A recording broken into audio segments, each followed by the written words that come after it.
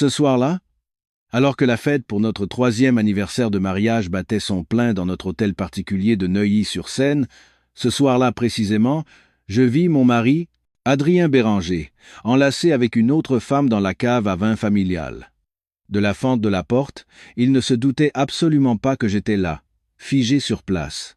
Je griffais le mur en bois si fort que mes mains saignèrent, ravalant désespérément le cri qui menaçait d'exploser dans ma gorge. Cette femme était la nouvelle directrice commerciale de l'entreprise Mina Duval, une femme à l'allure acérée, au regard capable de tout incinérer sur son passage. Mais ce qui me consuma ne fut pas sa beauté. Chaque mot de leur conversation était comme un millier d'aiguilles empoisonnées transperçant mon cœur. Mina, minaudant d'une voix douce comme le miel mais chargée du venin d'un serpent, dit « Jusqu'à quand allez-vous garder cette femme si provinciale à la maison ? Je n'aime pas que nous nous voyions en cachette comme ça. » Adrien ricana. Ce rire que j'avais autrefois trouvé si charmant me paraissait maintenant d'une vulgarité répugnante. Il lui serra la taille avec force et dit d'une voix arrogante « Pourquoi tant de hâte ? Ce n'est qu'une poule stérile. Tôt ou tard, ma mère s'en chargera et la mettra à la porte. Je ne la garde que pour les apparences, tu sais. Pour éviter que mon père ne me fasse la morale. Dès que j'aurai consolidé mes droits de succession, la maîtresse de cette maison, ce sera toi. » J'eus l'impression que mon sang se glaçait dans mes veines. Une poule stérile. Durant ces 3 dernières années, rongé par la culpabilité, combien de traitements hormonaux lourds avais-je subis, combien de cliniques avais-je fréquenté, tout ça pour entendre de tels mots sortir de la bouche de l'homme que j'avais aimé de tout mon cœur. Je fis demi-tour et marchai comme une somnambule. Dehors, la fête était toujours aussi bruyante. Les rires, les conversations, le tintement des coupes de champagne. Tout cela me semblait être le vacarme d'un autre monde. Je montais directement dans notre chambre, verrouillais la porte et m'effondrais sur le sol. Les larmes ne venaient pas, mais ma poitrine me faisait un mal atroce. Comme si quelqu'un broyait mon cœur à main nue. Combien de temps étais-je resté ainsi ? Adrien revint, empestant l'alcool et le parfum bon marché de Mina. En me voyant dans cet état, il ne me demanda même pas comment j'allais et me lança d'un ton agacé. « Pourquoi fais-tu encore cette tête d'enterrement ? Ça porte malheur. » Je levai la tête, le regardai droit dans les yeux et demandai d'une voix brisée. « D'où venez-vous » Adrien tressaillit un instant, mais retrouva vite son air suffisant. « J'étais avec des invités. Pourquoi ça t'intéresse » Je me levai et m'approchai de lui. Chaque pas semblait peser une tonne. Dans la cave à vin, cet invité portait exactement le même parfum que Madame Duval, n'est-ce pas ? Le visage d'Adrien changea de couleur. Il me foudroya du regard. Ses yeux passèrent de la surprise à la fureur. « Tu m'as espionné ?» Je ris amèrement. Un sourire tordu, plus douloureux que des larmes. « Vos sales petites affaires n'ont pas besoin d'être espionnées. La puanteur se sent à des kilomètres. » À cet instant, un claquement sec retentit et une douleur fulgurante me brûla la joue. Adrien hurla. « Pour qui tu te prends à me parler sur ce ton ? Je vais te le dire clairement. J'en ai plus qu'assez de ta tête d'enterrement. En 3 ans, tu n'as même pas été capable de donner un enfant à cette famille. De quel droit oses-tu élever la voix ici ?» À ce moment précis, la porte s'ouvrit à la volée. C'était ma belle-mère, Martine Béranger.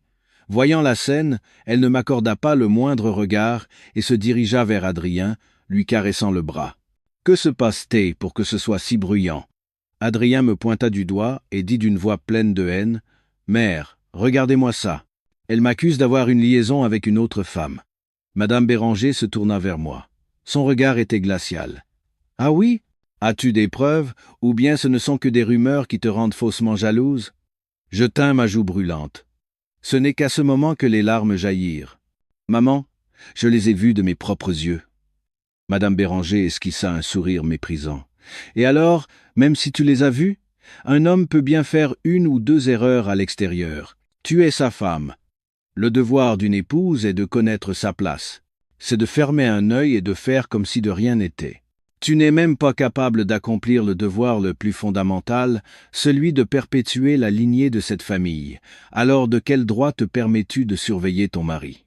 Chacun de ces mots était comme un énorme marteau s'abattant sur ma tête. Je regardais cette femme. Pendant 3 ans, je m'étais efforcé de toutes mes forces de la servir pour remplir mon devoir de belle-fille. Et je compris. À ses yeux, je n'avais jamais été un être humain. J'étais un simple instrument, une machine à faire des enfants, et cette machine était déjà défectueuse. Alors, mère, vous êtes en train de me dire que je dois accepter tout ça? Demandai-je d'une voix tremblante de rage. Et si tu n'acceptes pas, que vas-tu faire? Divorcer? Madame Béranger ricana. Pour qui te prends-tu? Si tu es chassé de cette maison sans rien, que te restera-t-il? Juste l'étiquette d'une femme vieillissante et stérile. Écoute-moi bien. Si mademoiselle Duval tombe enceinte d'un garçon avant toi, rien ne garantit que ta place de maîtresse de maison restera la tienne. À côté, Adrien, les bras croisés, me regardait de haut avec un air triomphant. À cet instant, je ne sentis plus la douleur. La douleur s'était transformée en quelque chose de froid et de tranchant. C'était de la haine pure. Je regardais ce couple mère-fils, debout comme des vainqueurs, savourant ma souffrance. Et une pensée sombre et folle traversa mon esprit. Pas de divorce. Ce serait une voie trop facile. Chasser sans rien? Jamais. Je ne partirai nulle part. Je resterai dans cet enfer. Et je ferai payer le prix le plus élevé à ceux qui m'ont piétiné. Je leur prendrai ce qu'ils ont de plus cher, ce dont ils sont le plus fiers. Mon regard se posa machinalement sur la photo de famille sur la coiffeuse. Mon beau-père, Jean-Luc Béranger. L'homme le plus puissant de cette famille. Il arborait toujours un air sévère, mais parfois il me regardait avec une expression indéchiffrable, le seul dans cette maison à ne jamais m'avoir reproché mon infertilité. Dans ma tête, une voix froide et cruelle résonna. C'était ma propre voix. « Adrien, tu veux un fils pour perpétuer la lignée et hériter de la fortune? Très bien. Je donnerai un petit-fils à cette famille. Mais tu n'en seras pas le père. Je ferai en sorte que tu élèves toute ta vie le fils de ton propre père en croyant que c'est le tien. Je ferai de cet enfant l'arme la plus douce et la plus cruelle de ma vengeance. » Alors que ce plan dément prenait forme, tout mon corps se mit à trembler, pas de peur, d'une excitation diabolique. Je jetai un dernier regard au couple mère-fils, puis me retournai en silence. Ma guerre ne faisait que commencer. Après cette nuit fatidique, je n'étais plus la même que la veille. L'épouse soumise, la belle-fille qui endurait tout, était morte. Ce qui existait dans ce corps était une femme nourrissant un plan de vengeance cruelle, un loup déguisé en agneau, un prédateur attendant patiemment son heure. Je ne fis ni scandale, ni ne pleurai, ni n'accusai davantage Adrien. Le lendemain matin, je me levai tôt comme d'habitude et préparai le petit déjeuner pour toute la famille. Ma joue était encore légèrement enflée, mais je la dissimulai avec une fine couche de maquillage. Quand je servis les plats, Adrien et ma belle-mère me regardèrent avec méfiance. Mon calme devait les surprendre. Je souris, un sourire doux mais vide. Je suis désolé pour hier soir. J'ai du mal interpréter les choses. Je parlais d'une voix plate, sans la moindre inflexion émotionnelle. Adrien parut stupéfait, et ma belle-mère plissa les yeux comme pour me sonder. « Tant mieux si tu as compris ta place », lança-t-elle froidement, sans ajouter un mot. Je savais qu'à leurs yeux, j'avais déjà capitulé. Ils pensaient que j'avais accepté mon sort, craignant l'avenir d'être chassé sans rien. Mais ils avaient tort. Ce n'était pas une reddition. C'était une retraite stratégique pour chasser le tigre. D'abord, il fallait endormir sa méfiance. Et le tigre que je visais n'était pas Adrien, mais l'être le plus puissant de cette forêt. Mon beau-père, Jean-Luc Béranger. À près de 60 ans, il avait encore une prestance imposante. Président d'un grand groupe de BTP, sa parole dans cette maison avait plus de poids que la loi. Il était taciturne et son visage dégageait une sévérité qui intimidait les autres. Si Adrien était là où il était aujourd'hui, c'était entièrement grâce à son ombre. Mais je savais qu'au fond de lui, il méprisait Adrien. Je l'avais souvent entendu soupirer en examinant les rapports de gestion de la filiale dirigée par son fils. Je l'avais vu secouer la tête en entendant Adrien se vanter de ses nuits de débauche. Jean-Luc Béranger était un homme qui avait tout consacré à son travail et à ses affaires, et il aspirait à un héritier digne de reprendre l'empire qu'il avait bâti toute sa vie. Adrien, volage et incompétent, n'était clairement pas l'homme qu'il cherchait. C'était sa faiblesse, et mon appât.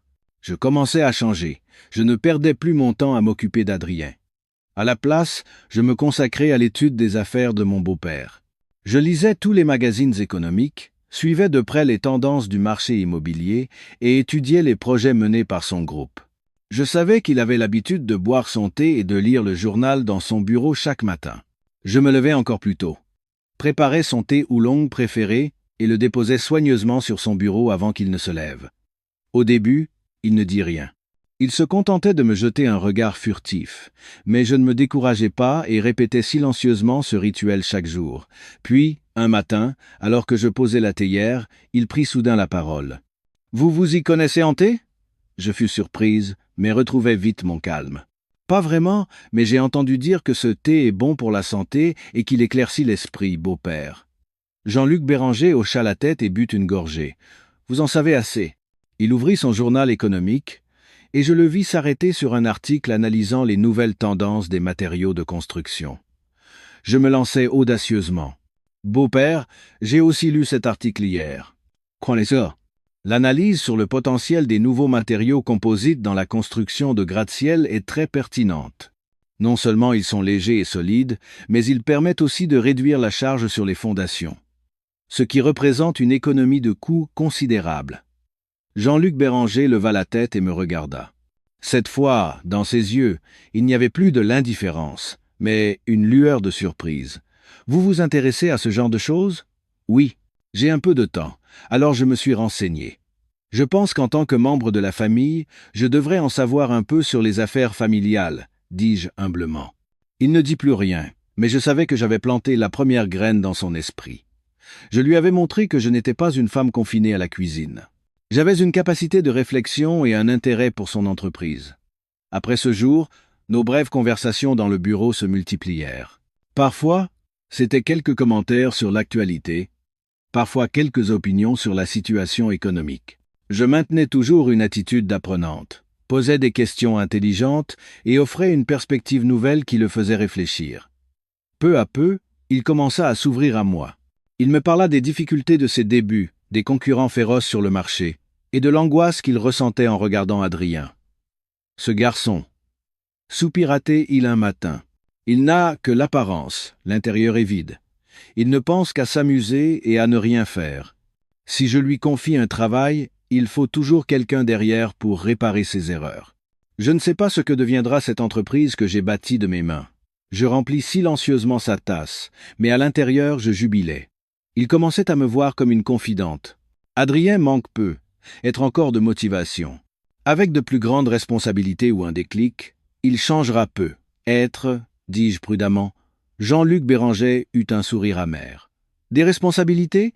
Je lui ai confié une filiale entière et il ne fait que creuser le déficit. Maintenant, j'espère juste qu'il aura vite un enfant. Un petit-fils le rendra peu, être un peu plus mature. Ces mots étaient une flèche en plein cœur de mon plan. Un petit-fils. C'était tout ce qu'il désirait, et j'allais être celle qui le lui apporterait. Mais je devais le faire de manière très naturelle, très subtile. Pendant ce temps, la relation entre Adrien et Mina devenait de plus en plus flagrante. Il ne se cachait plus dans la cave à vin, mais dînait et allait au cinéma ouvertement. Adrien lui offrit même une voiture de luxe. Ma belle-mère, sachant tout, faisait semblant de ne rien voir. Elle me glissa même un jour. « Mademoiselle Duval a un visage qui porte chance. On dirait qu'elle est faite pour donner des fils. » Chaque parole de ma belle-mère, chaque geste d'Adrien était une lame qui me transperçait, mais en même temps, c'était le carburant qui accélérait ma vengeance. Un soir, Adrien rentra complètement ivre. Une trace de rouge à lèvres écarlate marquait le col de sa chemise. Il jeta les clés de la voiture sur la table et me cria « Fais-moi une citronnade ». Je la préparai en silence. Quand je lui tendis le verre, il le renversa par terre d'un revers de la main. « Tu ne sais rien faire correctement. Même une chose aussi simple. » Sans un mot, je pris un chiffon et essuyai le sol. C'est alors que mon beau-père descendit de l'étage. Son visage se durcit en voyant la scène. « Adrien, qu'est-ce que tu fabriques ?» Sa voix autoritaire sembla dégriser Adrien. « J'ai juste renversé par accident, père. »« Accident ? Ou bien tu rentres ivre pour maltraiter ta femme ?» Jean-Luc Béranger s'approcha et regarda Adrien droit dans les yeux. « Regarde-toi. As-tu l'air d'un homme responsable ? Tu délaisses l'entreprise, tu passes tes nuits à boire et à voir des femmes. Sais-tu que les gens se moquent de moi ?» Adrien baissa la tête, incapable de répondre. Madame Béranger accourut pour le défendre. « Chérie, il est juste fatigué après le travail. Il a bu un peu. Tais-toi! Cria Jean-Luc Béranger. C'est parce que tu l'as toujours couvé qu'il est devenu comme ça. Puis il se tourna vers moi. Sa voix devint étonnamment douce. Céline, va te reposer dans ta chambre. Ne t'occupe pas de lui. Je levai la tête pour le regarder. Un instant, je vis dans ses yeux une lueur de protection, de reconnaissance. Je hochai légèrement la tête et me retournai. Mais en passant à côté de lui, je fis exprès de trébucher et de feindre de tomber. Par réflexe, Jean-Luc Béranger tendit le bras et me rattrapa par le coude. Attention! Sa peau était chaude, sa main forte et ferme. Je levai la tête, le regardai droit dans les yeux et dis d'une voix tremblante. « Merci, beau-père. » À cet instant, nos regards se croisèrent. Cela ne dura que quelques secondes, mais je sus que quelque chose d'invisible était en train de germer. Je n'étais plus seulement sa belle-fille. À ses yeux, j'étais une femme à plaindre, une alliée, une personne capable de comprendre son cœur. Le plus gros poisson de l'étang commençait à s'intéresser à mon appât. Et je savais que bientôt, il mordrait. Le contact de cette nuit-là, comme une pierre jetée à la surface d'un lac tranquille, créa entre mon beau-père et moi une onde de choc invisible mais tenace. Plus rien n'était comme avant. Le regard qu'il posait sur moi était teinté d'autre chose. Un intérêt qui dépassait la simple relation beau-père divisée par belle-fille. Il ne m'appelait plus formellement « vous », mais parfois il utilisait mon prénom. « Céline, pourriez-vous m'apporter le journal ?» Sa voix grave et chaude me surprenait parfois par sa douceur. Je savais à quel point le chemin que j'empruntais était dangereux et empli de péchés, mais chaque fois que je voyais les visages triomphants d'Adrien et de Mina, ou le regard méprisant de ma belle-mère, la flamme de la vengeance en moi brûlait plus ardemment, consumant toute hésitation et toute peur. Je devais continuer, aller jusqu'au bout. Je commençais à créer plus d'occasions de le croiser par hasard. Je savais qu'il avait l'habitude de se promener dans le jardin de la propriété en fin d'après-midi pour se détendre. Je sortais aussi à cette heure-là. Parfois je taillais les rosiers, parfois j'arrosais les orchidées qu'il chérissait. Nous commencions à avoir de plus longues conversations. Il ne parlait plus seulement de travail, mais aussi de sa jeunesse, de ses ambitions. Je réalisais que derrière cette façade froide et autoritaire se cachait une âme assez seule. Ma belle-mère, Martine, était une femme qui ne vivait que pour le matériel et le prestige. Elle s'intéressait plus aux soirées mondaines et aux sacs de luxe qu'aux états d'âme de son mari. Son fils unique, Adrien, était une immense déception. Dans cette maison, j'étais devenu la seule personne à s'asseoir tranquillement pour l'écouter. Autrefois, mon rêve était d'être architecte. Je voulais concevoir de mes propres mains des bâtiments magnifiques, dit-il un jour, le regard perdu au loin. Mais le poids de la famille, la pression de reprendre l'entreprise de mon père, m'ont forcé à abandonner ce rêve. J'espérais qu'Adrien le réaliserait pour moi, mais ce garçon n'a pas la moindre passion. Je dis doucement, « Je pense qu'il n'est jamais trop tard pour poursuivre ses rêves, beau-père. Vous êtes toujours un homme remarquable et vous pouvez encore accomplir beaucoup de choses. » Il se tourna vers moi et esquissa un rare sourire. « Tu es la seule à me comprendre. » Ces mots étaient comme une reconnaissance. Je savais que j'occupais désormais une place spéciale dans son cœur. Pendant ce temps, face à Adrien, je devais continuer à jouer le rôle de l'épouse patiente. Comme je n'étais plus jalouse et que j'étais devenue silencieuse, il se sentit pousser des ailes.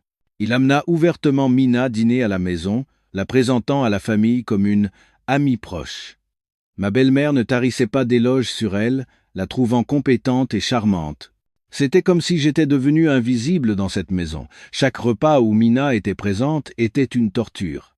Assise à côté d'Adrien, elle le servait, riait et plaisantait avec lui, me jetant parfois des regards provocateurs.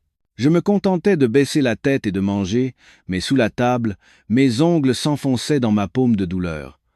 Le seul à montrer un malaise était mon beau-père. Il posait souvent ses couverts avec force, se raclait la gorge ou changeait de sujet pour parler travail, brisant cette atmosphère suffocante. À chaque fois, je sentais son soutien tacite. Un week-end, toute la famille était sortie et je restais seul à la maison avec Jean-Luc. Ma belle-mère et Adrien étaient allés voir un terrain en banlieue, emmenant Mina sous prétexte d'un investissement. Je savais que ce n'était qu'une excuse. Alors que je rangeais son bureau, Jean-Luc entra. Il semblait un peu fatigué. « Céline, pourriez-vous me faire un thé au gingembre? J'ai un peu mal à la tête. »« Oui, beau-père, asseyez-vous, je reviens tout de suite. » Je me dépêchais. Quand je revins avec le thé, il se tenait près de la fenêtre, regardant dehors. « N'est-ce pas difficile pour vous » demanda-t-il soudainement. Je savais qu'il parlait d'Adrien et de Mina. Après un silence, je répondis doucement « Qu'est-ce que ça changerait que ce soit difficile? C'est sans doute mon destin. Le destin, on se le forge soi-même. » Il se retourna et s'approcha de moi. « Vous êtes une femme intelligente et forte. Vous ne méritez pas d'être traitée ainsi. » Il était très proche. Je pouvais sentir son parfum masculin subtil. Cette distance était dangereuse. Je baissai la tête et dis d'une voix étranglée. « Mais que puis-je faire? Je n'ai ni relation, ni argent, et je ne peux pas avoir d'enfant. Ma belle-mère et Adrien ont raison. Je n'ai rien. » Je fis exprès de verser quelques larmes. Je sentis sa main hésiter en l'air avant de se poser légèrement sur mon épaule. Sa main était chaude et ferme, procurant un étrange sentiment de sécurité. « Qui a dit que vous n'aviez rien? Vous avez une sagesse et une finesse que peu de gens possèdent. » Il me tapota légèrement l'épaule. « Ne pleurez pas, tout s'arrangera. » Je levai la tête, le regardant droit dans les yeux larmoyants. « Beau-père, c'est vraiment trop dur. Si seulement j'avais quelqu'un pour me protéger. » Ces mots étaient à la fois une complainte et une invitation. Je vis sa pomme d'Adam bouger. Le regard qu'il posait sur moi n'était plus celui d'un père pour sa belle-fille. C'était le regard d'un homme pour une femme. Un regard empreint de pitié, de respect et d'un désir refoulé. Il prit une profonde inspiration et retira lentement sa main. « Reposez-vous. Je m'occuperai du cas d'Adrien. » Il sortit précipitamment, comme pour fuir ses propres pensées. En le regardant partir, je souris. Je savais qu'il était complètement tombé dans le piège que j'avais tendu. Il voulait me protéger, être mon soutien. Le vent dessoufflait déjà, et il ne me manquait plus qu'une étincelle pour embraser toute la forêt. Mon plan était à mi-chemin. J'avais réussi à créer un lien spécial avec Jean-Luc Béranger. Il me fallait maintenant le coup de grâce. Un événement assez puissant pour faire tomber toutes ces barrières et transformer en acte les pensées coupables qui germaient dans son esprit. Et cette occasion se présenta une nuit d'orage. Adrien et ma belle-mère étaient partis à une fête d'anniversaire et ne rentreraient que tard. Nous étions seuls, mon beau-père et moi, dans l'immense demeure. Dehors, la tempête faisait rage, le tonnerre et les éclairs déchiraient le ciel et secouaient toute la maison. Soudain, avec un bruit sec, toutes les lumières s'éteignirent, plongeant l'espace dans l'obscurité. J'entendis la voix de Jean-Luc Béranger depuis le bureau. « Céline, ça va ?» Je le savais. C'était mon heure. Une obscurité totale engloutit la demeure. Seul le martèlement de la pluie contre les vitres et le grondement lointain du tonnerre se faisaient entendre. Debout dans la cuisine, je calmais les battements de mon cœur. C'était le moment. Cette nuit, cette tempête, tout était une scène préparée pour mon plan. « Ça va, beau-père. Restez où vous êtes, j'apporte des bougies tout de suite, » répondis-je en m'efforçant de ne pas laisser ma voix trembler. Je trouvai à tâtons quelques bougies et des allumettes dans un tiroir. En allumant une bougie, la flamme jaune dansa sur mon visage, projetant des ombres étranges sur les murs. Je pris le bougeoir et me dirigeai lentement vers le bureau de Jean-Luc. La lourde porte en bois était entr'ouverte. Je la poussai doucement et entrai. Il se tenait près de la fenêtre. Sa grande silhouette se détachait sur le ciel zébré d'éclairs. À la faible lueur de ma bougie, il se retourna. « Ah, vous avez trouvé des bougies. Très bien. » Sa voix semblait plus légère. Je posai la bougie sur le bureau. La flamme éclairant son visage, je pus lire une légère anxiété sur son large front. « Avez-vous peur du noir, beau-père » demandai-je impulsivement, me sentant aussitôt impertinente. Il rit doucement. « Pas vraiment. C'est plutôt la sensation de ne pas pouvoir tout contrôler qui me déplaît. » Je gardai le silence. Je comprenais. C'était un homme habitué à détenir le pouvoir et à tout maîtriser. L'obscurité, l'incertitude, le mettaient mal à l'aise. J'apportai quelques bougies supplémentaires et les disposai dans la pièce. La pièce devint progressivement plus lumineuse et chaleureuse. Nous nous assîmes sur le canapé. Personne ne parlait, seul le bruit de la pluie et le crépitement des bougies se faisaient entendre. L'atmosphère était étrangement pesante. Je savais que je devais briser ce silence. « Beau-père, » commençai-je, « vous devez être très déçu par Adrien, n'est-ce pas ?» Ma question directe le fit sursauter. Il me regarda. Son regard perçant semblait sonder mon âme. « Pourquoi me demandez-vous cela ?» c'est juste une impression. Je ne détournais pas les yeux, le regardant droit dans les siens. Je vois la fatigue dans vos yeux. Vous portez tout sur vos épaules depuis si longtemps. Vous avez bâti un empire immense, mais votre unique héritier ne vous rassure pas. Je sais que votre plus grande préoccupation n'est pas l'argent, mais la lignée de cette famille, la succession. Chaque mot que je prononçais semblait toucher le fond de son cœur. Son expression dure se détendit lentement, laissant place à une profonde tristesse. En guise de réponse, il laissa échapper un lourd soupir. Ce soupir en disait plus que 1000 aveux. Je me levai et allai au petit bar dans un coin de la pièce pour lui servir un verre de whisky. Je le lui tendis. « Prenez, cela vous réchauffera, la nuit risque d'être longue. » Il me regarda, puis regarda le verre. Après une hésitation, il prit le verre et le but d'un trait. Le liquide ambré sembla apaiser un peu le poids qui pesait sur son cœur. Il commença à parler. De la pression, des attentes, de la solitude qu'il ne pouvait partager avec personne. Martine ne l'avait jamais vraiment compris. Et Adrien ne savait que détruire ce que lui avait mis une vie à construire. Parfois, je me demande pourquoi je travaille si dur. Pour tout laisser à ce bon à rien qui dilapidera tout en quelques années? Sa voix était rauque d'émotion. Je m'assis à côté de lui, plus près qu'avant. « Ne dites pas ça, beau-père. Tout ce que vous avez accompli ne disparaîtra jamais. Il faut juste une personne digne de le préserver et de le faire fructifier. » Digne? Il rit amèrement. Et où trouverais-je une telle personne dans cette famille? À ce moment précis, un éclair déchira le ciel, illuminant la pièce, suivi d'un coup de tonnerre assourdissant. Surprise, je poussai un petit cri et me jetai instinctivement contre lui. Mon corps tout entier s'effondra dans ses bras. Mon tremblement n'était pas entièrement fin. J'avais réellement peur du tonnerre. Mais cette chute était calculée. Mon corps souple et chaud se pressa contre sa poitrine robuste. Le parfum subtil de mes cheveux se mêla à l'odeur forte de l'alcool, créant une étrange ivresse. Jean-Luc se figea. Ses mains, qui allaient me repousser, s'arrêtèrent. Puis, lentement, ses bras m'enveloppèrent. « N'aie pas peur, je suis là. » Sa voix était basse et rauque, son souffle chaud sur mon oreille. Je sentais son cœur battre aussi vite que le mien. Sans lever la tête, toujours tremblante, je blottis mon visage contre sa poitrine. « Je suis désolé. Je ne l'ai pas fait exprès. »« Ce n'est rien, dit-il, mais ses bras me serrèrent plus fort. Nous restâmes ainsi, au milieu de la tempête. L'obscurité et la faible lueur des bougies étaient le catalyseur parfait pour effacer toutes les barrières morales et éthiques. Je savais que c'était mon dernier pari. Quitte ou double. Je levai lentement la tête. Mes yeux, encore embués de larmes, croisèrent les siens. Sous la lueur des bougies, ses yeux étaient profonds, remplis d'émotions complexes.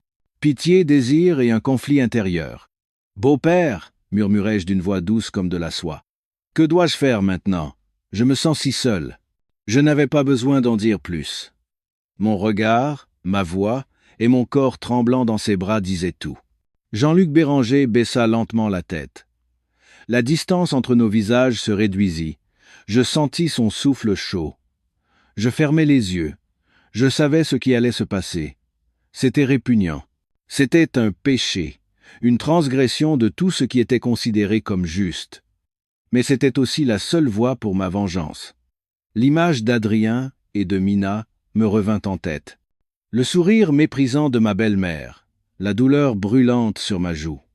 La rage monta de nouveau en moi, éteignant la faible étincelle de culpabilité dans mon cœur. C'était le prix qu'il devait payer. Ses lèvres se posèrent sur les miennes. Ce n'était ni doux, ni romantique. C'était le sceau d'un pacte diabolique, le début d'une tragédie irréversible. Cette nuit-là, au milieu des hurlements du vent et de la pluie, je me suis moi-même précipité dans l'abîme du péché. J'ai offert mon corps en sacrifice sur l'autel de ma haine. Quand la tempête se calma, je savais qu'une autre tempête, bien plus terrible, était sur le point de se former à l'intérieur de cette maison. Et celle qui avait allumé la mèche, ce n'était autre que moi. Le lendemain matin, en me réveillant dans ma chambre, tout semblait être revenu à la normale. Mais je savais que certaines choses avaient changé pour toujours. La relation entre mon beau-père et moi n'était plus simple. C'était un sombre secret, une chaîne invisible qui nous liait tous les deux. Après cette nuit d'orage, un étrange silence s'installa entre mon beau-père et moi. Nous évitions de nous regarder lorsque d'autres personnes étaient présentes. Il n'y avait plus de conversation dans le bureau. Mais ce silence n'était pas de la distance, mais plutôt une compréhension tacite et suffocante entre deux personnes partageant un secret trop lourd.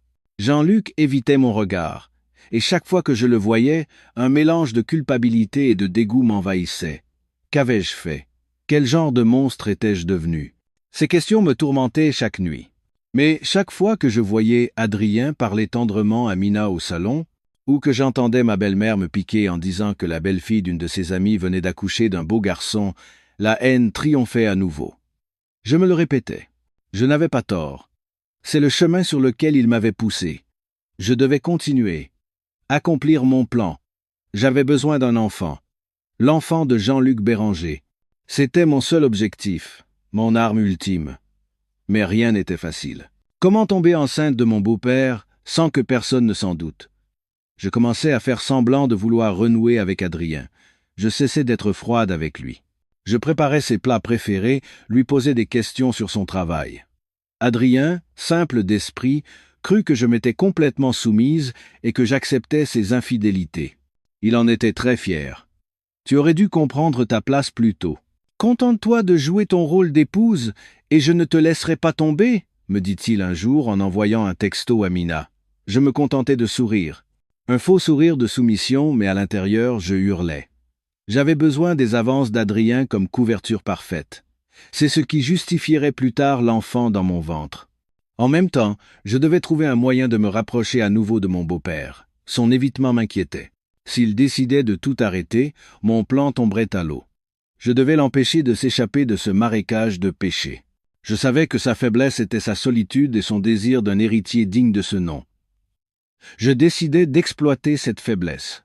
Un soir, sachant qu'il travaillait tard dans son bureau, je lui préparai une tisane apaisante. « Beau-père, vous travaillez tard ces derniers temps. Buvez ceci pour bien dormir. » En posant la tasse sur le bureau, je fis exprès d'effleurer sa main. Il sursauta, retira sa main et évita mon regard. « Merci », sa voix était rauque. Je ne retournai pas immédiatement dans ma chambre. Je restai debout, regardant les plans sur son bureau. « C'est le projet du nouveau quartier? La maquette est magnifique. » Je lançai la conversation naturellement. Jean-Luc fut obligé de répondre. Nous reparlâmes de travail, de projet. Et j'orientai la conversation là où je le voulais. Si seulement Adrien pouvait vous soulager un peu de ce fardeau. Il est intelligent, mais il ne se consacre pas encore pleinement aux affaires. Je fis exprès de parler en bien d'Adrien, ce qui le surprit. « Tu ne lui en veux pas? Qu'est-ce que ça changerait? » Je soupirai, jouant la femme magnanime. J'aimerais juste qu'il mûrisse, qu'il s'occupe de sa famille et pense à l'avenir. Je pense qu'un enfant le changerait.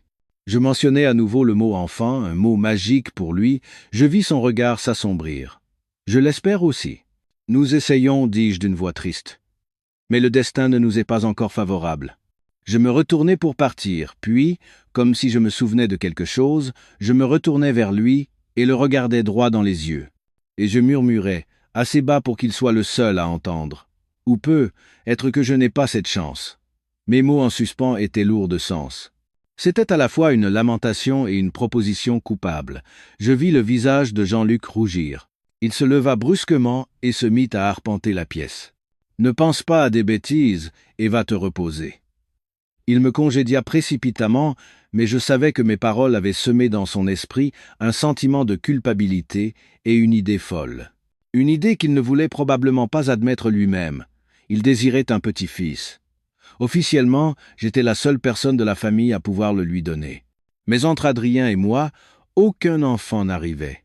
Cette cruelle réalité, et le péché déjà commis entre nous, poussaient ses pensées dans une autre direction.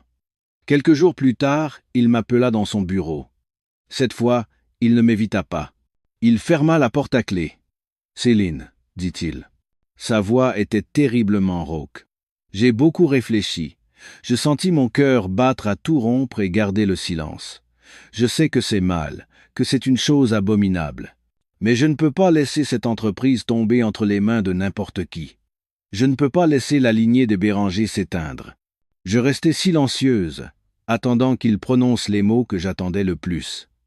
Il s'approcha et me prit par les épaules. Ses yeux brûlaient d'un mélange de désir et de désespoir. « Donne-moi un enfant !» Il avait enfin dit les mots. Je soupirai de soulagement, mais fis semblant d'être choqué. « Beau-père, que dites-vous? Comment est-ce possible? Je suis la femme d'Adrien. » Personne ne le saura. Sa voix était ferme. Quand l'enfant naîtra, il portera le nom de Béranger et sera le petit-fils de cette famille. Sur le papier, il sera le fils d'Adrien et l'unique héritier. Je garantirai ton avenir et celui de l'enfant. Tu ne subiras plus aucune humiliation. En entendant ces mots, je ressentis à la fois du dégoût et de la jubilation. Pour son entreprise, il était prêt à enfreindre les lois de la nature. Et moi, pour ma haine, j'étais prêt à tout. Nous étions, en fait, de la même trempe. Je ne répondis pas tout de suite. Je fis durer le silence pour le rendre nerveux. Finalement, je hochai doucement la tête. 2 larmes coulèrent sur mes joues. Je ferai tout pour cette famille, dis-je d'une voix tragique. Jean-Luc Béranger me serra fort dans ses bras. Je sais. Je ne l'oublierai jamais. C'est ainsi que commença, au sein même de cette maison, notre relation secrète et coupable. Je jouais la parfaite épouse aux côtés d'Adrien, et dès que l'occasion se présentait, je devais être avec mon beau-père. Chaque fois, je me sentais à moitié morte, mais la soif de vengeance me relevait. Je calculais mon ovulation avec soin, planifiais tout à la perfection. Et enfin, le moment que j'attendais le plus arriva. Un matin, 2 lignes claires apparurent sur le test de grossesse. Assise dans la salle de bain, je tremblais en tenant ce petit objet. J'étais enceinte. Cette vie, conçue dans la haine et le péché, grandissait en moi. C'était une bombe à retardement, mon arme de destruction. J'essayais de garder mon calme et sortis de la pièce. J'annonçai la nouvelle d'abord à Adrien. Il resta un instant abasourdi, puis poussa un cri de joie. Il me prit dans ses bras et me fit tourner. « Mon Dieu, je vais être papa. Céline, c'est formidable. » Il m'embrassa sur les joues et le front. Un bonheur basé sur un mensonge dont il ignorait tout. En voyant son sourire radieux, je souris aussi. Le sourire d'une gagnante. Il se réjouissait de sa propre humiliation, accueillait la naissance de son demi-frère.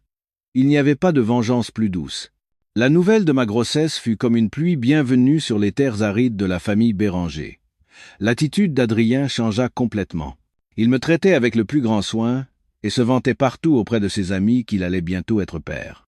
Ma belle-mère, Martine, gardait en apparence son air froid, mais je savais qu'au fond elle était ravie. Elle commença à me préparer des plats nutritifs et m'acheta toutes sortes de compléments alimentaires. « Il faut bien manger pour donner naissance à un beau garçon qui sera le pilier de cette famille », disait-elle. Des paroles toujours pragmatiques, mais au moins, je n'étais plus traité comme une invisible.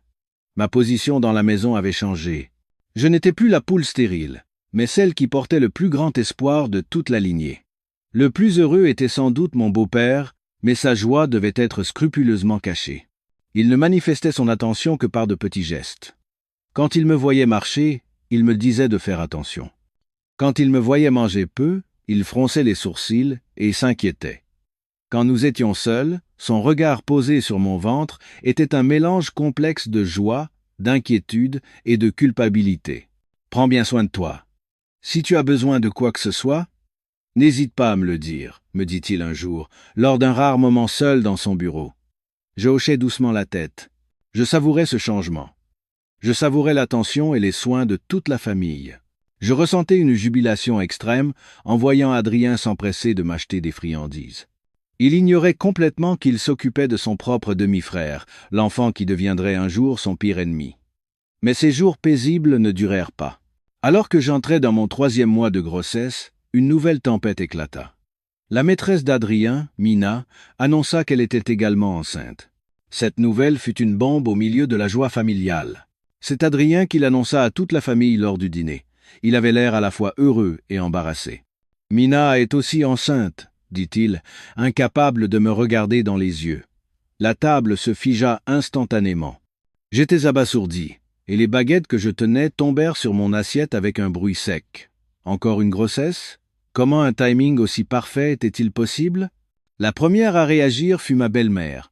Loin d'être en colère, elle semblait plutôt ravie. « Vraiment ? C'est une excellente nouvelle. Double bonheur, s'exclama-t-elle, les yeux brillants. Puis elle me toisa du regard et ajouta: La chance sourit enfin à notre famille. Maintenant, il ne reste plus qu'à voir lequel de vos deux ventres porte le petit-fils de la maison. Ces mots me glacèrent le sang. Voir lequel porte le petit-fils. C'était ça. À ses yeux, Mina et moi étions désormais deux juments dans une course pour donner naissance à un fils. Celle qui accoucherait d'un garçon serait la gagnante. La position que j'avais si difficilement acquise se mit à vaciller violemment. Mon beau-père posa ses couverts avec force. Son visage était fermé. Assez de bêtises, Adrien. Règle cette affaire proprement. Fais en sorte de ne pas devenir la risée de tout le monde.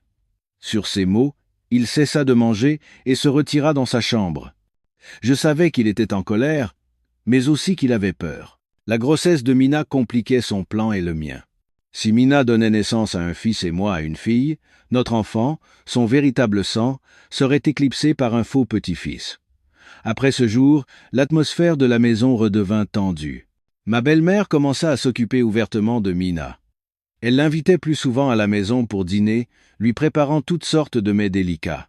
Elle la traitait encore mieux que moi au début de ma grossesse. Mina a des envies d'aliments acides. C'est sûrement un garçon, disait-elle à haute voix pendant les repas, pour que je l'entende. Mina était sur un nuage. Elle se pavanait dans la maison comme une reine, me regardant avec un mélange de pitié et de provocation. Elle semblait penser qu'en donnant naissance à un fils, elle pourrait entrer de plein droit dans cette maison et me chasser. Adrien était pris entre deux feux. Il voulait plaire à sa mère, craignait le regard de son père, et ne pouvait pas non plus me traiter durement. Après tout, j'étais enceinte de son enfant, du moins officiellement. Il était comme une marionnette indécise. En apparence, je restais calme, faisant même semblant de comprendre. Je comprends, chérie. C'est déjà fait, tu dois aussi prendre tes responsabilités envers elle et son enfant. Je jouais l'épouse sage, mais à l'intérieur, une tempête faisait rage. Je ne pouvais pas perdre cette guerre. Je devais absolument avoir un fils. Je commençais à consulter dans une clinique privée qui pouvait garder le secret sur le sexe du bébé. À la famille, je prétextais que le médecin disait qu'il était encore trop tôt pour le savoir. Mais à chaque consultation, j'étais submergé par une tension insoutenable.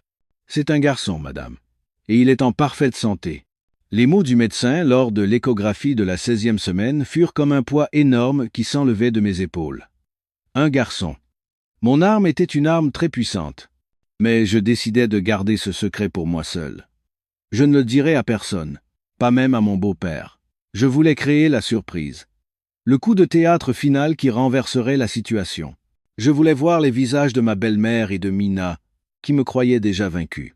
Pendant ce temps, Mina, après son échographie, se vanta à qui voulait l'entendre qu'elle attendait un fils. Ma belle-mère était ravie comme si elle avait trouvé de l'or. Elle acheta toutes sortes d'articles de puériculture de luxe pour son petit-fils à naître, et tout était bleu. Persuadée que j'attendais une fille, elle me traitait de plus en plus froidement. Bon, même une fille, ce n'est pas grave. Une grande sœur et un petit frère, c'est bien pour l'ambiance familiale, me dit-elle d'un ton condescendant. Je me contentais de sourire. Profitez-en. Soyez triomphants tant que vous le pouvez. Vos rires ne dureront pas. Leur mépris ne faisait que renforcer ma détermination. Je commençais à préparer silencieusement la dernière bataille. Je ne voulais pas seulement qu'ils perdent, je voulais leur chute complète. Je commençais à enquêter sur les activités de Mina dans l'entreprise.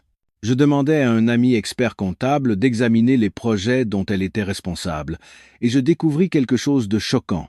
Avec l'aide d'Adrien, Mina détournait des sommes considérables de l'entreprise par le biais de contrats fictifs. Il se préparait une porte de sortie en cas de problème. J'avais les preuves en main.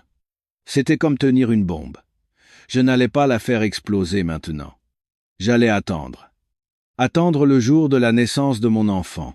Ce jour-là ne serait pas seulement le jour où je donnerais naissance à une petite vie, mais aussi le jour où je détruirais tous ceux qui m'avaient méprisé et piétiné. La vraie tempête n'était pas encore arrivée. La grossesse s'est écoulée dans une tension suffocante.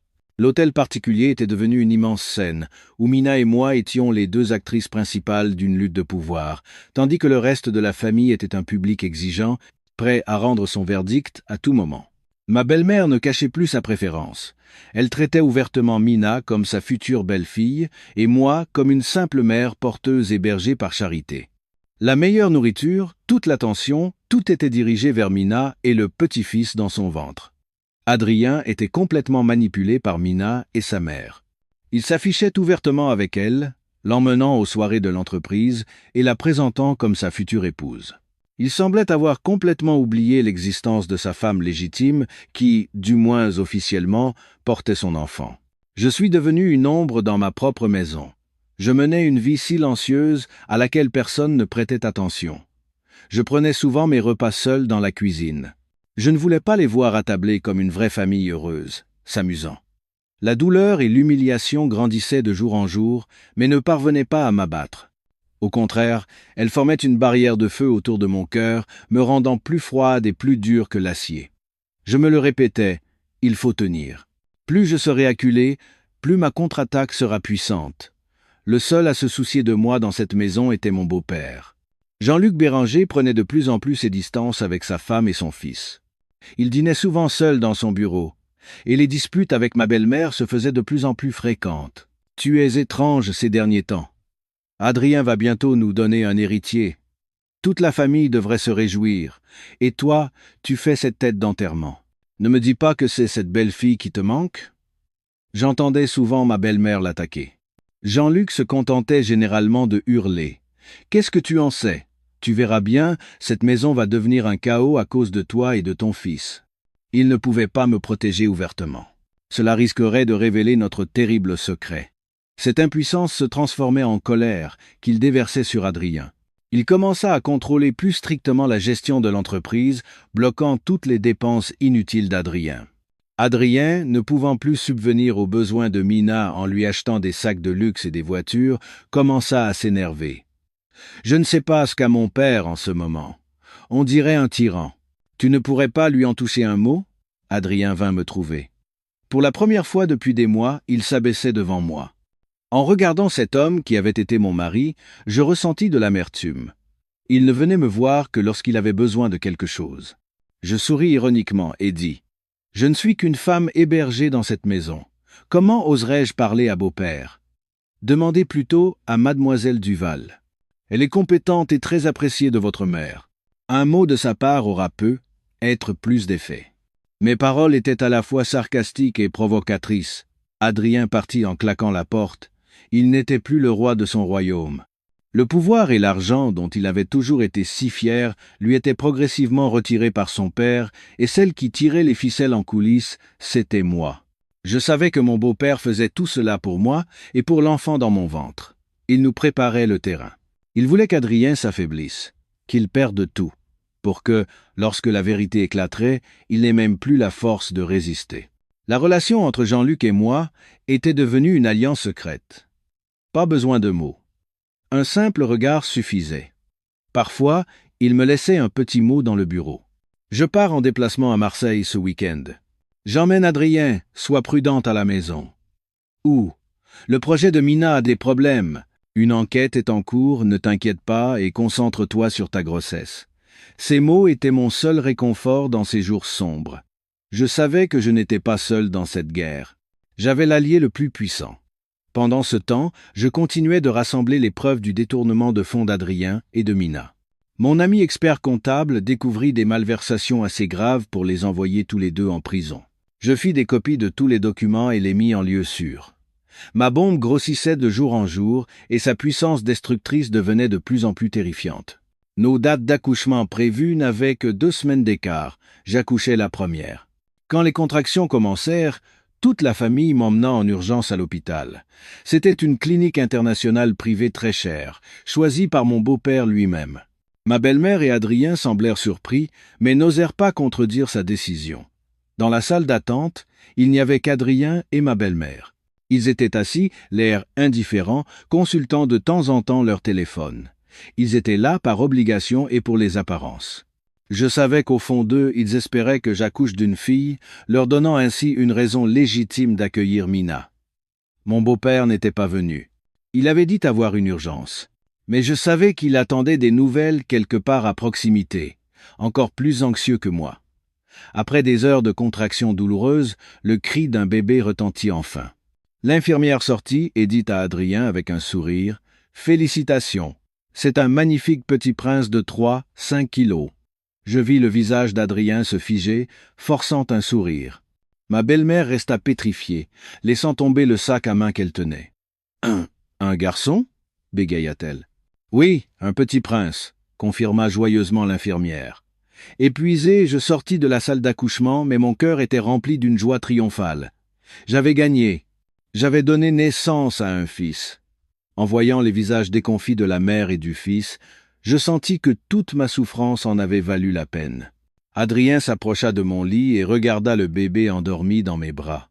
Il força un sourire. « Il te ressemble beaucoup. » Je ris. Un sourire lourd de sens.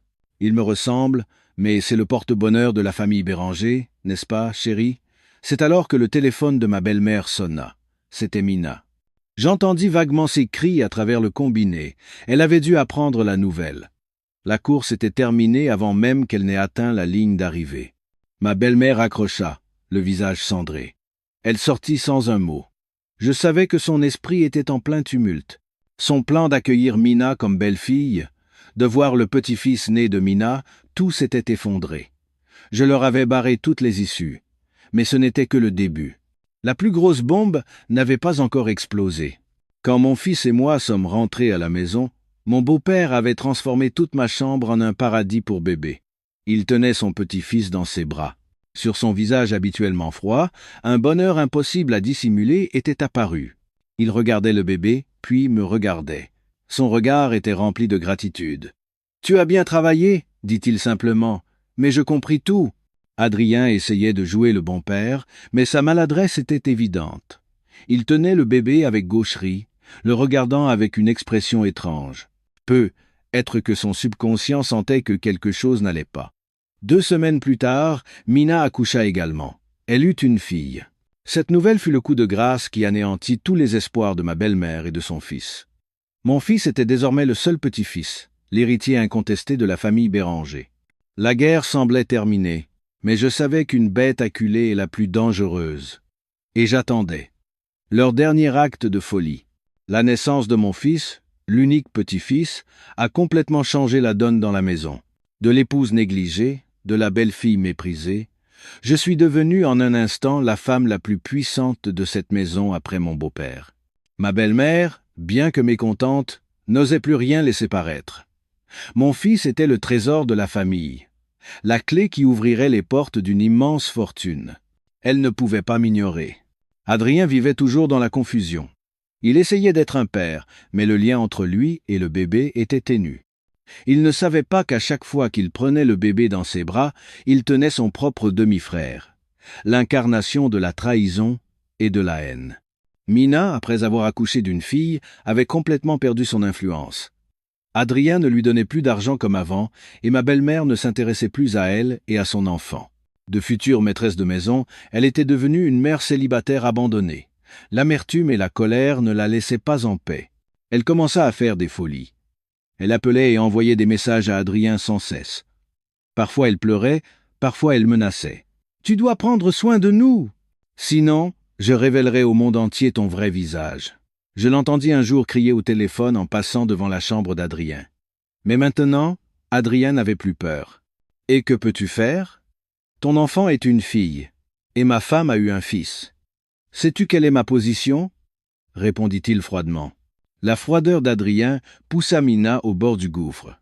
Elle commença à m'envoyer des photos d'eux accompagnées de messages provocateurs. « Tu crois avoir gagné? Un homme qui a trahi une fois trahira une seconde fois. Passe le reste de ta vie à trembler en serrant ton fils dans tes bras. » Je souris en lisant ces messages, puis je les effaçai. Il n'y avait plus de jalousie, seulement de la pitié pour elle.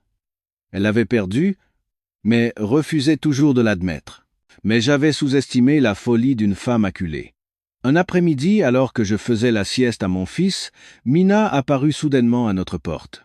Elle avait l'air défaite et épuisée, mais ses yeux brûlaient d'une flamme de haine. « J'ai à te parler, » dit-elle d'une voix rauque. Ne voulant pas faire de scandale, j'essayai de refermer la porte, mais elle la poussa de toutes ses forces et entra. « Tu crois que tout est réglé parce que tu as eu un fils? Tu penses que tu pourras garder mon homme pour toujours ?» cria-t-elle en se jetant sur moi. Je serrai mon fils contre moi et reculai. Mon fils, réveillé par le bruit, se mit à pleurer. Alertés par les pleurs, ma belle-mère et Adrien descendirent de l'étage. En voyant la scène, Adrien se précipita pour maîtriser Mina. « Tu es folle? Qu'est-ce que tu fais ici ?»« Moi, folle? »« Oui, je suis folle. » Mina se débattit en me pointant du doigt. « C'est à cause d'elle. Cette femme t'a pris, m'a tout pris. » Ma belle-mère, voyant son petit-fils pleurer, s'approcha pour le prendre, mais je le serrai fort, ne laissant personne l'approcher. Au milieu de ce chaos, mon beau-père rentra du travail. Son visage se durcit en voyant le désordre. « Arrêtez tous !» Ah ! Son ordre tonitruant fit taire instantanément la maison, seul le cri de mon fils subsistait. Jean-Luc Béranger s'approcha. Son regard glacial balaya successivement Adrien, Mina et ma belle-mère. Enfin, son regard s'arrêta sur Mina. « Et vous, qui êtes-vous pour oser faire du bruit dans ma maison ?»« Je suis Mina, celle qui a eu l'enfant d'Adrien, » bégaya Mina. Sa combativité d'il y a un instant avait disparu, ne laissant place qu'à la peur. « L'enfant d'Adrien ?» Jean-Luc ricana. « Alors, savez-vous ce que votre homme, le père de votre enfant, a fait dans votre dos ?»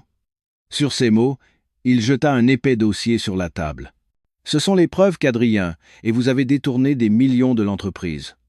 Avec ça, vous pourriez tous les deux pourrir en prison pendant au moins 10 ans. » Les visages d'Adrien et de Mina devinrent blancs comme un linge. Adrien trembla. « Père, comment? Comment avez-vous su? »« Comment j'ai su ?» le coupa Jean-Luc. « Si je ne l'avais pas su, vous auriez vidé mes caisses et vous seriez enfui, n'est-ce pas ?» Ma belle-mère était anéantie. Elle regarda son fils, puis le dossier. « Adrien, c'est vrai ?» Adrien baissa la tête, sans un mot. Mina s'effondra au sol, pleurant et suppliant. « Beau-père, je suis désolé. C'est Adrien qui m'a forcé. Je ne savais rien. »« Rien ?» Une voix froide retentit. « C'était moi. Le moment que j'attendais était arrivé. Je confiai mon fils à la gouvernante, puis sortis un petit dictaphone. Alors, comment expliquez-vous cet enregistrement ?» J'appuyai sur le bouton de lecture. Les voix de Mina et d'Adrien résonnèrent clairement. Ils discutaient de la création de faux contrats, du transfert d'argent à l'étranger. « Il faut se dépêcher. Avant que le vieux ne s'en rende compte, » c'était la voix d'Adrien. « Ne t'inquiète pas, chérie. J'ai préparé tous les papiers. Dès que j'aurai le fils, ta mère sera de notre côté. Alors, toute cette fortune sera à nous. » C'était la voix de Mina. Quand l'enregistrement se termina, un silence de mort envahit la pièce. Tous me regardaient avec des yeux ébahis. Ils n'auraient jamais imaginé que la femme silencieuse et soumise que j'étais puisse manigancer une telle chose. Ma belle-mère chancela et s'assit sur une chaise. Elle me regarda. Dans ses yeux, il y avait de la haine, mais aussi de la peur. « C'est toi. Tu as tout manigancé. » Je me contentai de ricaner. Comparé à ce que vous et Adrien m'avez fait, ce petit plan n'est rien. Adrien me regarda comme un monstre. « Salope, je vais te tuer !» cria-t-il en se jetant sur moi. « Arrête !» hurla Jean-Luc. « Si tu poses encore la main sur elle, je te jure que je te fais jeter en prison sur le champ. » Adrien s'arrêta. Il regarda son père, puis moi. Il comprit qu'il avait perdu. Lamentablement, il avait non seulement perdu son argent et sa maîtresse, mais aussi la confiance de son père. Il avait tout perdu. « À partir d'aujourd'hui, » déclara Jean-Luc d'une voix ferme, « Adrien n'aura plus aucune fonction dans l'entreprise. Tous ses comptes et cartes de crédit seront bloqués. Tu vivras comme un parasite dans cette maison jusqu'à ce que tu te repentes. » Puis il se tourna vers Mina. « Et vous, dégagez d'ici immédiatement. Étant donné que vous venez d'accoucher, je ne porterai pas plainte. Mais ne vous montrez plus jamais devant moi. » Mina, en larmes, se leva en chancelant et sortit en courant. L'échiquier semblait réglé. J'avais renversé la situation, fait payer ceux qui m'avaient fait du mal. Je regardais Adrien, figé, et ma belle-mère, pleurant en silence. Dans mon cœur, au lieu de la joie de la victoire, il n'y avait qu'un vide effrayant. J'avais réussi ma vengeance, mais j'étais moi-même devenu un démon. Personne ne voit les larmes d'un démon. Mais je savais qu'une vérité encore plus terrible, une bombe à retardement encore plus grosse, était cachée et que son jour d'explosion approchait. Après la révélation choquante, un silence de mort s'installa dans la demeure. Adrien, déchu de tout pouvoir, vivait comme une ombre errante. Il ne parlait à personne, s'enfermait dans sa chambre, et parfois on entendait le bruit d'objets brisés et ses cris. Ma belle-mère était complètement effondrée. Le choc de découvrir un fils incompétent et cupide, et la vraie nature de la belle-fille qu'elle avait toujours méprisée, avait terrassé cette femme arrogante. Elle s'alita, refusant de manger. La maison autrefois pleine de rire avait désormais l'atmosphère d'une veillée funèbre. Je devins celle qui gérait tout. Je m'occupais de mon fils, des médicaments de ma belle-mère, des repas et de la vie de la famille. Non par pitié, mais pour leur montrer que j'étais la maîtresse du jeu. Je voulais qu'ils dépendent de moi, qu'ils vivent chaque jour dans le regret et la culpabilité. Mon beau-père, Jean-Luc, était mon unique soutien. Mais notre relation était elle aussi étrange. Nous étions des alliés, partageant le même secret, mais aussi les deux pécheurs d'une tragédie incestueuse. En public, il était le beau-père autoritaire, et moi, la belle-fille dévouée. Mais seul, l'atmosphère était lourde de tension. Nous ne pouvions pas nous regarder dans les yeux.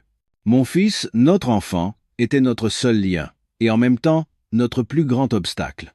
Chaque fois qu'il le prenait dans ses bras, je pouvais lire le conflit dans ses yeux. Il aimait cet enfant. C'était évident. C'était son sang, son espoir. Mais il ne pouvait pas l'appeler mon fils, ni le reconnaître publiquement. Il ne pouvait l'aimer que sous le nom de grand-père. Plus il grandit, plus il te ressemble, me dit-il un jour, rarement. Je fus surprise. Moi? Oui, il a hérité de ton caractère têtu et fort. Il regardait au loin. Je savais qu'il cherchait une consolation, une justification pour son péché. L'enfant ne me ressemblait pas du tout. En grandissant, les traits de son visage devenaient de plus en plus nets, et il ressemblait comme deux gouttes d'eau à mon beau-père. Le front haut, le nez droit, et surtout ses yeux profonds et habités. N'importe qui aurait dit qu'il était une version miniature de Jean-Luc Béranger. Cette réalité commença à m'effrayer. Combien de temps pourrais-je cacher ce secret? Ma belle-mère était alitée, mais son regard restait perçant. Un jour, alors que je lui rendais visite avec mon fils, elle le fixa intensément. « Pourquoi? Pourquoi son visage m'est-il si familier ?» murmura-t-elle. Prise de court, je changeai vite de sujet. « C'est sans doute parce que c'est votre petit-fils, maman. » Mais je savais que la graine du doute était plantée dans son esprit. Au fil des jours, ce doute grandit. Elle commença à observer mes faits et gestes, et ceux de Jean-Luc. Elle remarqua son attention excessive pour le bébé, nos échanges de regards parfois lourds de sens. Et finalement, l'événement qui fit tout exploser arriva, le jour du premier anniversaire de mon fils. Jean-Luc avait décidé d'organiser une fête somptueuse, invitant tous les parents, amis et partenaires d'affaires importants. Il voulait annoncer officiellement au monde entier la naissance de l'unique héritier du groupe Béranger. La fête était magnifique. Je tenais mon fils, superbement habillé, aux côtés de Jean-Luc, accueillant les invités. Je me sentais comme une reine, tous les regards tournés vers nous. Des regards mêlés d'envie et de jalousie. Adrien était présent, mais il buvait seul dans un coin, nous lançant des regards furieux. Alors que la fête battait son plein, que Jean-Luc, tenant son petit-fils, prononçait un discours fier sur scène, ma belle-mère apparut soudainement. Elle semblait un peu remise, mais toujours défaite. Elle monta sur scène et arracha le micro des mains de Jean-Luc. Un instant. Sa voix tremblait, mais elle suffit à faire taire toute la salle. Avant de célébrer, il y a quelque chose que je dois éclaircir. Tout le monde était perplexe. Jean-Luc fronça les sourcils. « Mais qu'est-ce que tu fais? Descends immédiatement. »« Non, » cria ma belle-mère en larmes. « Il faut que la vérité éclate. Cet enfant. Est-il vraiment le fils d'Adrien ?» Un murmure parcourut la salle. Adrien, le visage blême, se leva d'un bond. J'étais figé sur place, mon cœur semblant s'arrêter. Comment avait-elle su? Jean-Luc tenta de reprendre le micro. Tu es folle? Ne dis pas de bêtises. Je ne suis pas folle. Ma belle-mère le repoussa. Regardez bien. Regardez le visage de cet enfant. A-t-il le moindre trait de ressemblance avec Adrien? Ou ressemble-t-il trait pour trait à quelqu'un d'autre? Elle pointa du doigt le visage de Jean-Luc. « Il te ressemble! À toi, mon mari !» Un silence terrible s'abattit sur la salle. Tous les regards se tournèrent vers Jean-Luc, moi, et le bébé perplexe dans mes bras. « Hier, j'ai secrètement prélevé vos cheveux, À toi et à l'enfant, pour un test de paternité, sanglota ma belle-mère. Et en voici le résultat. Elle brandit une feuille de papier. Selon les résultats, le lien de paternité est confirmé. La plus grosse bombe venait d'exploser. Elle détruisit non seulement la fête, mais aussi l'honneur et la vie de toutes les personnes présentes. Tout vola en éclats. J'entendis le bruit des verres qui se brisent, les chuchotements des gens, le crépitement incessant des flashs d'appareils photo. Jean-Luc, le visage exsangue, resta figé. Adrien poussa un hurlement de bête blessée. Il se précipita sur scène, les yeux fous. « Non, c'est impossible! Dis-le! Dis-le de ta propre bouche !» Il me saisit par le col et me secoua violemment. Je ne résistais pas, le regardant simplement. Mon regard était la réponse la plus claire. Il me lâcha et recula en chancelant. Il regarda son père, celui qu'il avait toujours respecté et craint. « Père, pourquoi? Pourquoi m'avez-vous fait ça ?» Jean-Luc ne répondit pas. Il se tenait là, comme une statue de pierre. Le roi de l'Empire Béranger était maintenant nu devant tout le monde. Ma belle-mère se mit à rire de façon hystérique. « Ha ha, la famille heureuse, le petit-fils. Tout n'était qu'une comédie, une sale comédie. » Elle riait, pleurait, puis s'effondra sur scène. En une nuit, notre famille devint la risée du monde entier. Ma vengeance avait réussi, parfaitement. J'avais tout détruit. Mais en regardant le chaos devant moi, mon jeune fils criant de peur, je me demandais « qu'ai-je gagné ?» J'avais gagné. Mais le prix de cette victoire n'était-il pas trop élevé? La nuit fatidique du premier anniversaire laissa une cicatrice qui ne se refermerait jamais dans l'histoire de la famille Béranger. La presse, la télévision, les réseaux sociaux, tous s'emparèrent de l'affaire. Des titres racoleurs, des analyses acerbes, des commentaires haineux s'abattirent sur notre famille comme une tempête. Tragédie chez les Béranger, père et fils partagent la même femme, petit-fils ou demi-frère. L'empire déchu par un scandale d'inceste. De famille prestigieuse, nous étions devenus en un instant le symbole de la honte, la risée de toute la société. Après cette nuit, personne ne pouvait plus vivre comme avant. Ma belle-mère fut victime d'une crise cardiaque et transportée d'urgence à l'hôpital. Elle survécut, mais son esprit était brisé. Elle perdit la parole, le rire, devenant une ombre silencieuse qui ne faisait que regarder par la fenêtre. L'arrogante et acérée femme qu'elle était devenue une vieille femme fragile et pitoyable. Adrien, après ses cris de folie, s'effondra complètement. Il ne criait plus, ne cassait plus rien, il devint effroyablement silencieux. Il s'enferma dans sa chambre, ne voyant personne. Une semaine plus tard, la gouvernante le trouva dans la salle de bain, après une tentative de suicide. Heureusement, il fut découvert à temps et sa vie fut sauvée, mais son esprit n'était plus sain. Il fut interné dans un hôpital psychiatrique. L'homme qui m'avait trahi et piétiné payait maintenant un prix bien trop lourd pour ses fautes. Je ne ressentis aucune jubilation, seulement un vide glacial. Et Jean-Luc Béranger, l'homme le plus puissant, avait vieilli de 10 ans en une nuit. Les actions du groupe s'effondrèrent, les partenaires annulèrent leurs contrats les uns après les autres. L'empire qu'il avait bâti toute sa vie était au bord de la faillite.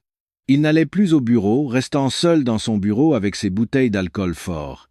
Il ne me fit pas le moindre reproche. Il savait sans doute qu'il n'en avait pas le droit.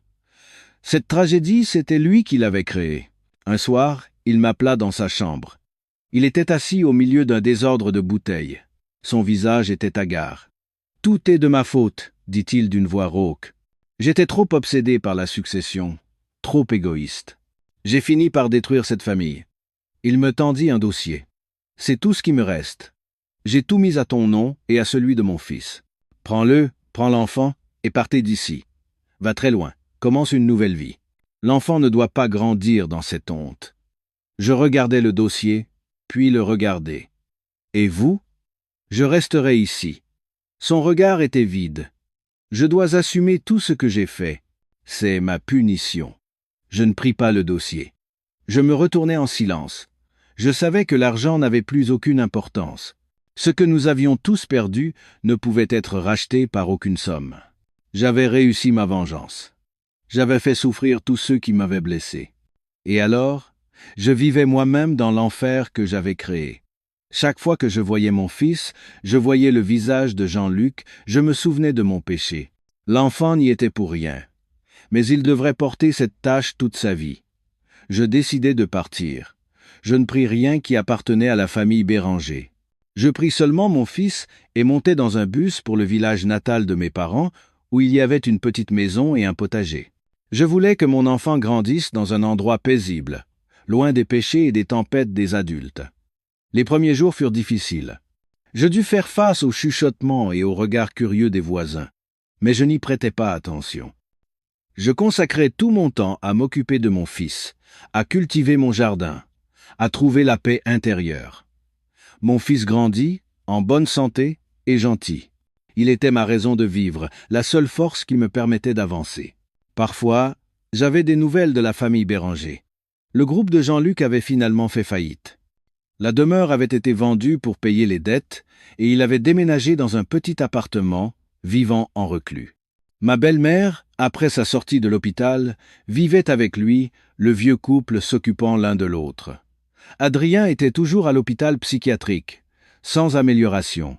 De la famille autrefois si brillante, il ne restait que des cendres. Quelques années plus tard, alors que mon fils entrait à l'école, je reçus une lettre. C'était l'écriture vieillie et tremblante de Jean-Luc Béranger. La lettre était courte. Il demandait de nos nouvelles, disait que sa femme et lui allaient toujours prier pour nous. À la fin de la lettre, il écrivit « Si une autre vie existe, j'espère que nous ne nous y rencontrerons pas. » En finissant de lire, je pleurais sans m'en rendre compte. La haine était passée, ne laissant place qu'à de la pitié pour ces vies brisées. Ma vengeance avait réussi, mais elle avait tout détruit, y compris moi-même. J'avais gagné la bataille, mais perdu la guerre de la vie. En regardant mon fils jouer joyeusement dans la cour, je me fis une promesse. Je consacrerai le reste de ma vie à mon fils, je lui apprendrai à être une bonne personne, à ne pas répéter les erreurs de la génération précédente. Même sur les cendres, l'aube se lève.